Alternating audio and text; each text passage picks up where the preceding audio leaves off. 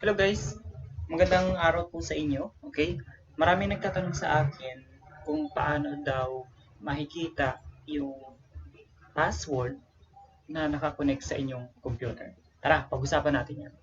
Halimbawa, nandito na kayo sa inyong desktop or inyong computer. Okay? Sa baba po nito, meron tayo makikita dito ng mga icon. Andyan yung Meet Now, okay, iCloud, tsaka para sa mic, and then uh, battery at saka yung sa wifi at saka yung sa speaker.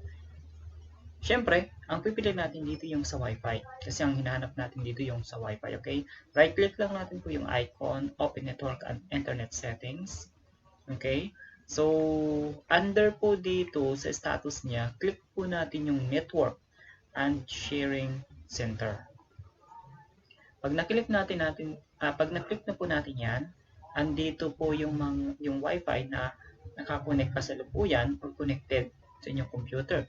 So, click po natin ulit 'yan, makikita natin dito yung status. Connected po siya, okay? Para malaman natin yung password, click po natin ulit yung wireless properties, okay? And then under security, andito po yung password.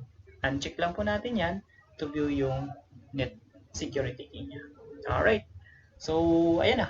Pwede na po natin i-copy kung ano yung password para connect sa inyong mga mobile or any kind of device.